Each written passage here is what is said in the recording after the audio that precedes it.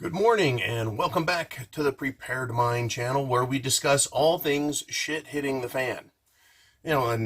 Briefly, SHTF is about the state of our nation, how the economy's doing, how people are getting along socially. Are we moving up? Does it appear we're moving forward? Does it appear we're regressing? Are we moving more to a state of liberty, or is it more to a state of totalitarianism, authoritarianism, tyranny? So that is really a social political question.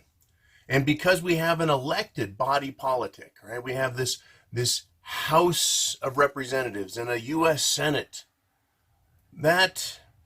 Is that the tail wagging the dog or the dog wagging the tail? Right? Do they control us, or do we put them there as a symbol and representative of how our culture, our social system is doing? Well, I think it's a little bit of both. I think we send them there because we want them to do stuff for us. And then they tell us how everything's going, and they control us, and they affect funding for different projects.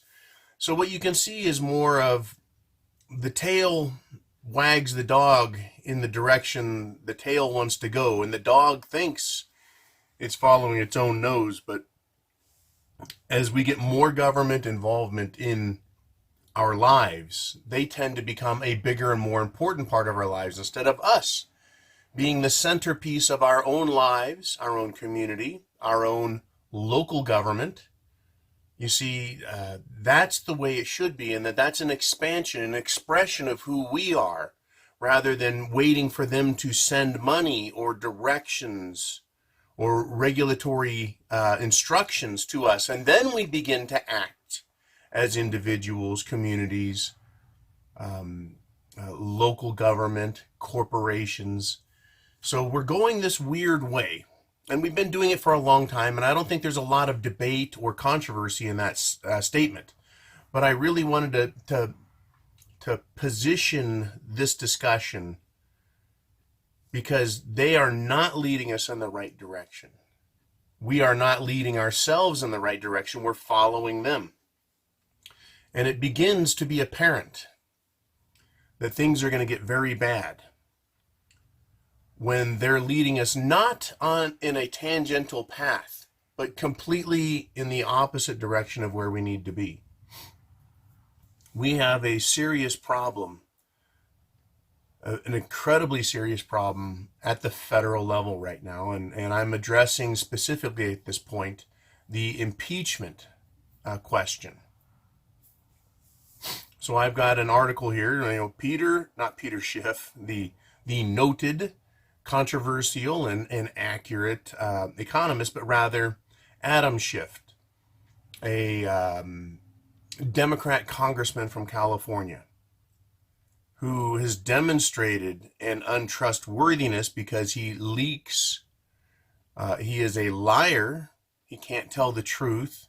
He manipulates from behind the scenes, but he's in charge of the House Intelligence Committee. That's important. Think about that again. The people's representatives in Congress, in the House of Representatives, have an intelligence committee, and he is in charge of it. Yet he isn't trustworthy. He lies, and it appears that he is everything but intelligent. If it was the House Agenda Committee, that would seem more like a more logical place for him to be, because he is agenda-driven, not intelligence-driven. So he is saying, very quickly here, the public has no right to observe impeachment inquiry. And he is ejected a GOP lawmaker from his meetings, his hearings. Adam Schiff says the public shouldn't be allowed to observe hearings on the ongoing impeachment inquiry, as doing so may allow Republicans to then, quote, fabricate testimony. What is fascinating about that statement is if you've got someone who is lying, you've got them on the stand or in front of a panel, and they begin to fabricate testimony to satisfy any one question or lawmakers questioning interrogation.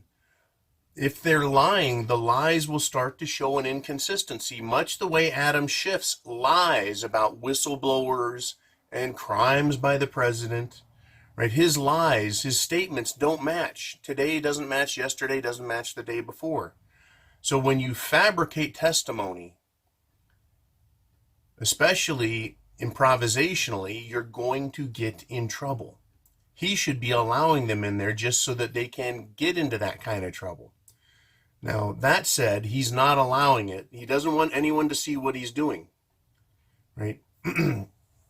On Sunday, Schiff told host Margaret Brennan that the ongoing impeachment inquiry is, quote, analogous to a grand jury proceeding, end quote, which is done out of the public view initially. And this is critical at this point to understand the sickness that is going on there and why we need to be preppers, why we need to have a self-contained or shall we say independent means of survival for the terms of shit hitting the fan, whether it's a short term, medium, long term. We need to be independent of these people because, like I said, that in the past everything was handled locally.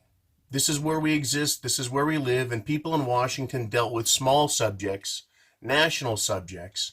But these people back east, they give us direction on everything, from the environment to food to fuel to law enforcement. Every regulatory decision they try and make from Washington. They make bad decisions, affect us negatively. You need to be prepared when there's the consequences of that come up. Now he is using an analogy to describe how something done at the federal level is just like we deal with down here in a little grand jury issue. It's done out of the view initially, public view. Initially, anytime someone makes an accusation, the only reason it's kept private, whether the accusation is by an individual or a government law enforcement body, it's kept private because it may not be accurate or true. And therefore, they don't want to what? Spread rumors, destroy people's reputations, cause conflict and strife. So it's done initially in private to protect all parties. And if there is value to it, if it can be verified in this hypothetical grand jury secret meeting, then it becomes public once they go, yes, there's something here. They have had 3 years to find anything on Trump.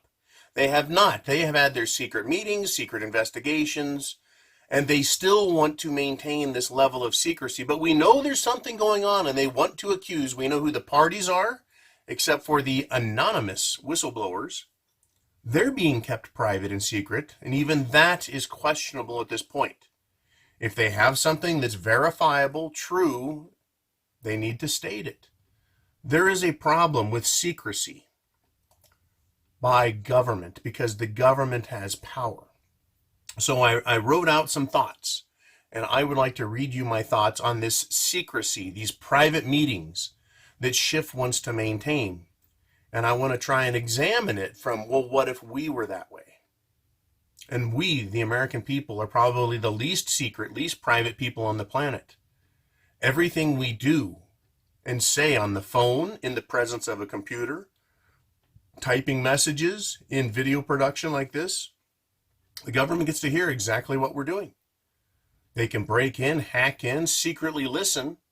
We have no secrecy. There is no privacy. And I imagine if we ever have a new Bill of Rights, there's going to be an article, an amendment that discusses privacy. Anyways, secrets, private meetings. Were I to have a secret meeting with powerful allies, that is, people who are kind of like me, regarding matters of, quote, duty to remove tyrants from power, end quote, Democrats would claim we, meaning me and this group of people who think like me, were terrorists probably planning something illegal, something nefarious, because we have a specific belief and we're doing it in private, right? I would claim it was within my rights, asserted under the Declaration of Independence. And that Declaration of Independence was the authority the people of America, colonial America, used to fight, to rebel, to tell the King of England to stuff it up his ass, right? I can claim, or would claim, if I wanted to have this meeting, that it was within my rights asserted under the Declaration of Independence that the duty is mine and all of the people's, and Congress nor law enforcement has any right to interfere or listen to any preliminary, initial, parliamentary inquiries in said conferences. In other words, does this have to be a broadcast, well known, out in everyone's view, and only elected officials are allowed to talk in these initial conversations about the tyranny of the government? No, we should as individuals be able to come together, meet and talk and discuss about our duty to overthrow tyranny. And then if enough of us and enough groups get together and say, we all come to the same conclusion, the government is tyrannical, we need to have our representatives address this on a larger form and a larger scale. We would be in, they wouldn't like that, would they? So let me continue with what I wrote. Congress nor law enforcement has any right to interfere or listen to any preliminary or parliamentary inquiries in these little mini conferences, right? But they would say any action discussed or acted upon would be tantamount and without authority, tantamount to whatever they're going to accuse us of, or any authority, because the participating members would be depriving the people of having equal voice, a fair representation of political, legal, and social will. In other words, if I and people of like mind had a meeting and we came to the conclusion that tyranny is going on at the federal level, and we came out and said, okay, we're now announcing it, there is tyranny, people would say, wait a minute, your meetings were secret. What was the evidence? Who are your witnesses? Who were your experts? Right? How long did you study this? Where did you gather information? Right? They would want to know all of that, and rather than us just coming out and as some supposed authority, we make a pronouncement. They wouldn't accept that. Why should we accept it from Adam Schiff? Just because he's an elected representative who appears to represent no one but the most radical of Democrats. Once again, if I were to have a meeting, I would be accused of being a radical person with a radical committee that kept private meetings, and then I'm going to come out and be allowed to go in front of God in the world, in the mainstream media, and tell everybody, right, how right I am and how wrong the government is. And people have to accept that. Yet that is what we're seeing from Peter Schiff and the Democrats. They are the authorities, and they're holding secret meetings, and they've had years to gather information. But we can't know any of the proceedings, witnesses, or evidence that's being considered. Right? Initially, you talk about things quietly. But when you have evidence and witnesses, and you want to make a public statement, as Adam Schiff has made many, many public statements, you have to bring the information out. These aren't secret corporate meetings. This is the government, which is supposed to be a representative body of the people. Okay. It's okay for Schiff, an obvious and declared partisan scumbag, liar, and borderline traitor, to hold an impeachment inquiry, however powerless it is, under the public pretense of having the color of law. In other words, it is a toothless meeting. Right now it is toothless. There's no actual vote to open the inquiry, right, in a main Congress, but the public sees it as legitimate. What Schiff is doing is being presented as legitimate by the news. Impeachment inquiries are typically opened by the Judiciary Committee. Adam Schiff is the Intelligence Committee. He's holding some sort of secret inquiry. It's not even the correct subcommittee or body of the Congress to be discussing this. Right? But it's being presented as legitimate. The accusations are being presented as legitimate, And this is where we're at. This is why I say what they're doing when the tail to this degree, right, is wagging on its own, it is broken away from the body politic, the dog, us, right? The tail's off doing whatever the hell it wants now. And we're being told that it is still legitimate. This is why shit is going to hit the fan, because it's broken. The system is broken, literally. Were I, as a non-powerful member of the body politic, to hold a widely, publicly promoted meeting on the legitimacy of throwing the U.S. government out of D.C. and replacing it with a government that would honestly protect the rights of citizens, the rights of the people of the country. That is what the government was created to do, was protect our rights as individuals and collectively as a nation. Protect our rights as a nation. It is when you really get back and look at it. Governments are formed, they're instituted among men to protect them, the people that created it. Now government protects itself, its national interests, its national security. It protects its donors and promoters, who are major corporations and banks. So we could make a case, yeah, we need to throw them out and institute a new government. That is precisely what the Declaration of Independence tells us we have a right and a duty to do. Right? Law enforcement would arrest me and whoever attended these meetings as terrorists, seditionists, and possibly traitors. Right? But we would only be traitors to the government. We wouldn't be traitors to the people or to the intent of the Declaration of Independence. In fact, we would be patriots, we would be supporters of the Declaration by observing the traitorous behavior of government, which is now self-serving.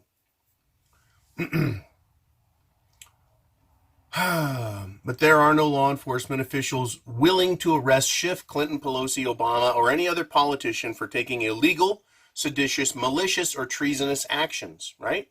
It's true. We have evidence of crimes. We have evidence malfeasance of office, of lying, propaganda.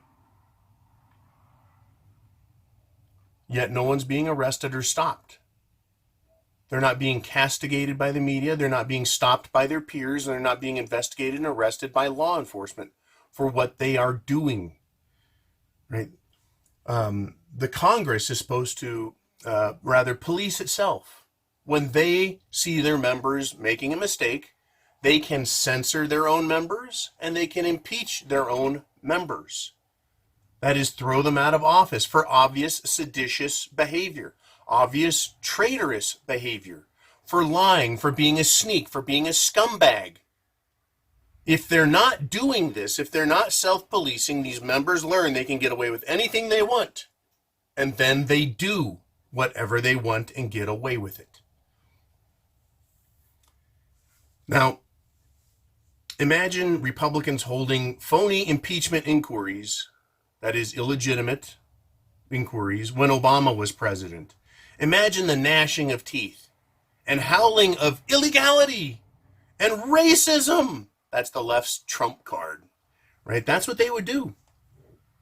Anytime you oppose them, you're a bigot, homophobe, racist, whatever the name is, right? Racist, and they use that. They use that as a way to discredit the person they're attacking. It's an ad hominem attack with a false pretense in the accusation. What this comes down to, once again, is we need to be prepared. We need to not only be prepared for shit to hit the fan with food, water, shelter, clothing, medicine, means of self-defense. We need to be prepared for what the government is going to continue to do. They're going to continue down this road of rogue, illegal, unlawful, completely immoral behavior in an unreasoned approach to government and legitimate government function and ability, or rather authority. People like Adam Schiff, AOC, they are anathema to intelligent thought. They may have good vocabularies or they may not. right? They may be able to explain and persuade their partisans, but at the same time, they're going to dissuade and disgust people who have critical thinking skills and use logic and have an understanding of history and law and purpose. Purpose. Once again, government's purpose is to serve the people who created that body. Corporations can't vote still. They can contribute as persons, but they can't vote. Wait till they try that one. They can't vote. The people vote. The government's supposed to serve us. We support the government through our direct taxes. We support the government by buying corporations' products, who in turn support financially politicians. We need to stop supporting these corporations. I'm not a big one on protesting and cutting companies out and doing that, but I have in times past. I'm not a big fan of calling congressmen and the president and people, because I don't think it's effective, but I have in times past said do it. But most strongly of all, I say, get your personal house in order. And this is one of those comments that came from, I said, what am I missing? Am I missing anything? And you guys sent a lot of responses, and thank you, and I'll have gotten to that. We need to get our personal house in order, mental, spiritual, personal, and get prepped. Because what these people are doing is not just treasonous. It's not just a single act. They aren't committing single acts that are either illegal or immoral, or they're not just committing single acts outside their jurisdiction and their authority. They're committing multiple acts that violate multiple, shall I say, sacred restrictions. They're crossing a lot of lines that should be sacred to us. Sacred because of our personal beliefs, our personal knowledge of what government should and should not be allowed to do. And it's the ignorance of the American people that allows it. They are bought and paid for with entitlements and promises of future good things. Right? They're like the irresponsible parent that is always promising a trip to Disneyland and never providing it to the children. But always promising, but never providing.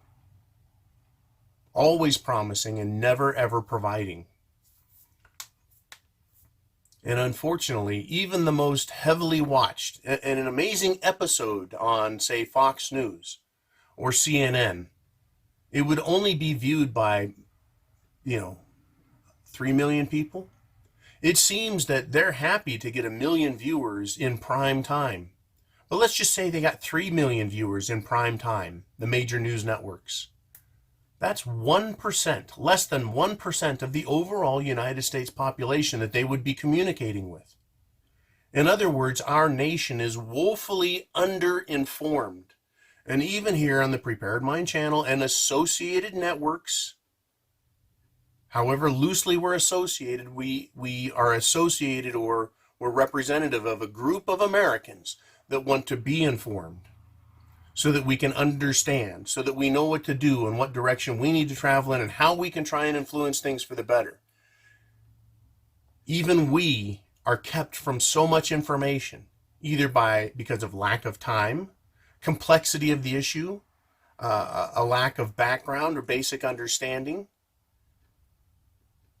Even if we got this 1% to listen to what is actually happening and they got the whole truth, it's still only 1% of the population. That means the other 99% are running around getting their information from where? Either they don't care, they're hearing tiny snippets that are important to people around them, maybe in their personal or professional or social lives. In other words, they are completely uninformed and ill-informed. 99% of the population. 5% are preppers. That's incredible. 3 to 5% are preppers, and less than 1% of the total population is informed on any one topic at any one time. How can a country, a nation exist with a government where the population is so apathetic? And this answers one of the person's comments out there. Yeah, America's completely apathetic. The whole world is, in fact, but we're speaking of America. It is apathetic. It's not paying attention. It's ignorant of what's going on. And what they do get is so prejudiced and so pointed and narrow that they can't understand. And they don't care. And they don't accept the responsibility. They don't accept the responsibility they have of protecting themselves, their community, their local government, all the way up to the nation state. That when shit hits the fan, they are the ones who are going to suffer because they're not prepared as we are. They're not prepared to think about what's going on, and they're not prepared to take any action. And if they did take action, they would be arrested, just as I would, or you would, or anyone who sat down and said, we're going to have a secret meeting and we're going to discuss tyranny and government despotism and how it's evil and it needs to be stopped, and we're going to replace this government. We'll be back in 5 days. Don't worry.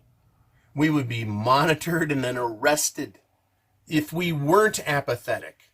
So people go, fuck it. I'm just going to be apathetic. I'll let someone else handle it. Hey, I voted in the election. That's the extent of my responsibility as a human being and an American. It goes way beyond that. Responsibility is so much bigger. People aren't even responsible with their own lives, their own finances. They're piling on debt.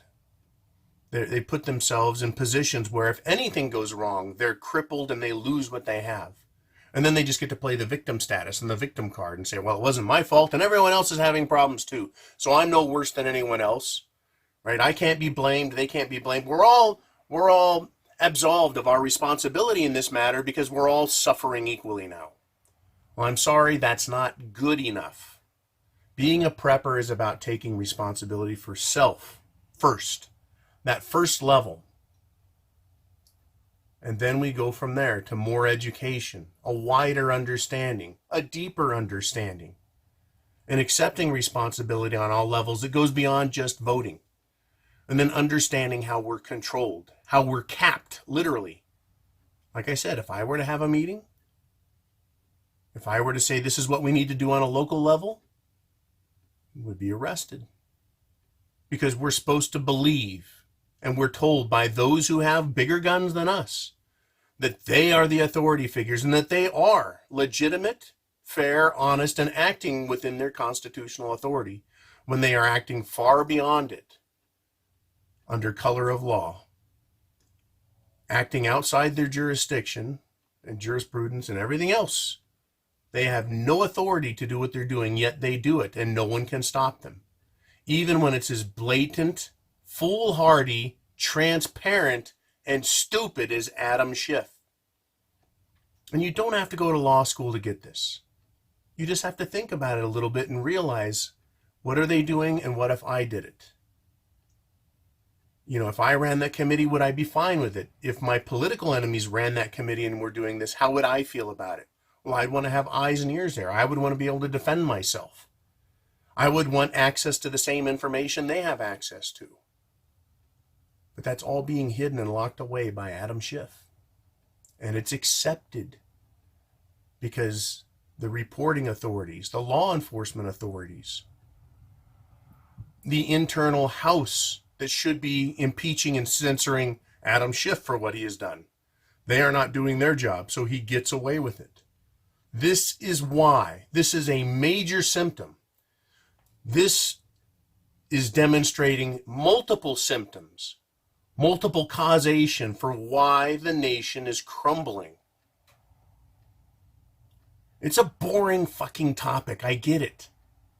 It's for eggheads and wonks. It's for political nerds and historical doompas,